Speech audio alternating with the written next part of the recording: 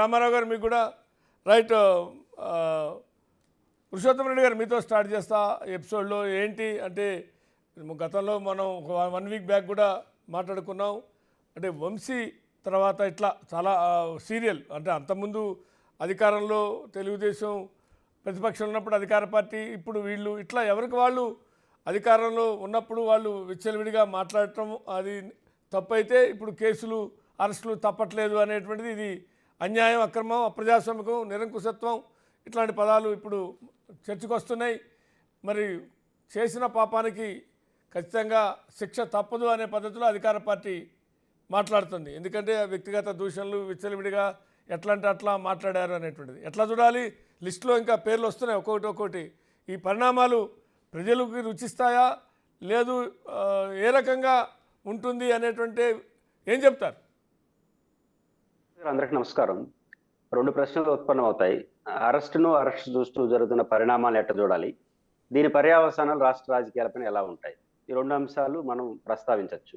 మొట్టమొదటి అంశం ఒక ముక్కలో చెప్పాలంటే, నేను మన పోసాని గారి అరెస్టును ఖండించలేను, దీని చుట్టూ ప్రభుత్వం వ్యవహరిస్తున్న తీరును సమర్థించలేను.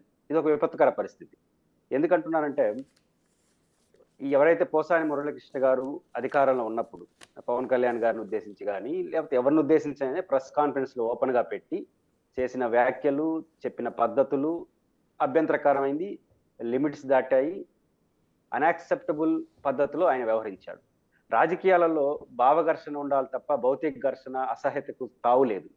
దురదృష్టవశాత్తు రాష్ట్రంలో గత 5-10 ఏళ్లుగా బియాండ్ లిమిట్స్ దాటి ప్రధానంగా 2 రాజకీయ పార్టీలు, వైఎస్ఆర్ కాంగ్రెస్ పార్టీ అండ్ తెలుగుదేశం వ్యవహరించాయి. ఇది ఒక దురదృష్టకర పరిణామం. దాన్ని కొనసాగింపని ఈరోజు అరెస్టులో చూస్తున్నాను. కాబట్టి ఆయన అరెస్ట్ చేయడాన్ని ఏ సందర్భంగా అన్నాడు, ఆ మాటలకే కేసు ఉన్నాయా, సెక్షన్లు వేరే ఉన్నాయా, అది వేరే సంగతి.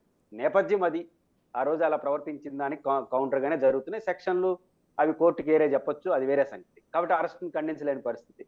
రెండోది, సమర్థిస్తామా ప్రభుత్వ చర్యలు అంటే, తప్పు ఎవరు చేసినా ఒకే పద్ధతిలో వ్యవహరించాలి. ఈరోజు ఆయన్ని అరెస్ట్ చేయడాన్ని నేను సమర్థిస్తాను. ఆయన ఖచ్చితంగా పరిదాటి ప్రవర్తించిన దానికి ఫలితాన్ని అనుభవించక తప్పదు చట్టపరంగా. అట్ ద సేమ్ టైం దాని చుట్టూ జరుగుతున్న చర్చలు, గతం ఏం జరిగింది నేను పోవట్ల, ఆయన్ని ఎవరో తిడితే నన్ను తిట్టాను, నేను తిడితే వాటి జోలికి నేను వెళ్ళను. అరెస్ట్ అయిన సందర్భంగా ఎవరైనా సరే, బాధితులైనా ఎవరైనా, అరెస్ట్ని మనం డిమాండ్ ఎట్ట చేయాలి, పోలీసులు విచారించి చర్య తీసుకోమని చెప్పాలి.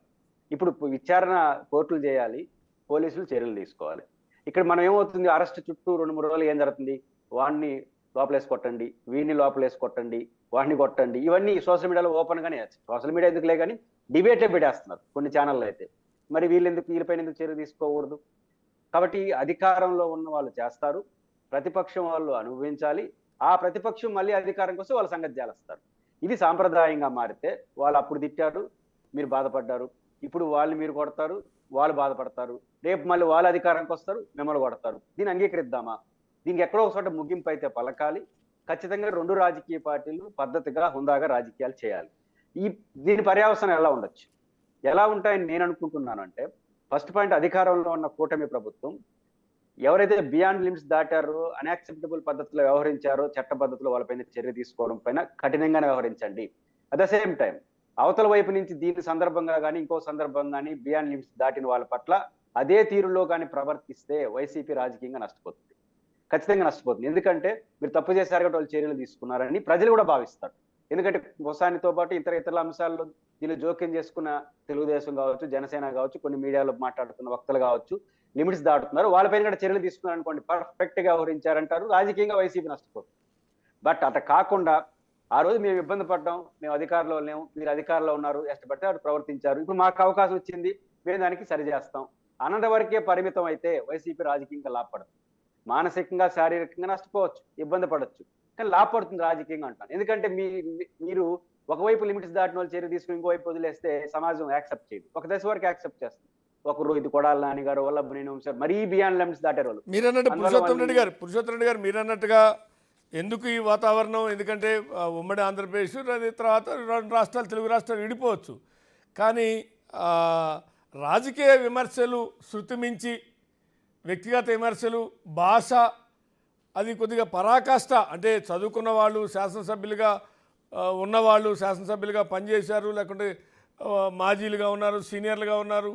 ఇవన్నీ మనకు ఉన్నాయి. వాళ్ళు ఇప్పుడు మాట్లాడినటువంటి కొడాలి నాన్న, వంశీనా, అంటే పోసానా, వీళ్ళందరూ కూడా చూస్తే ఏదో చిన్నపిల్ల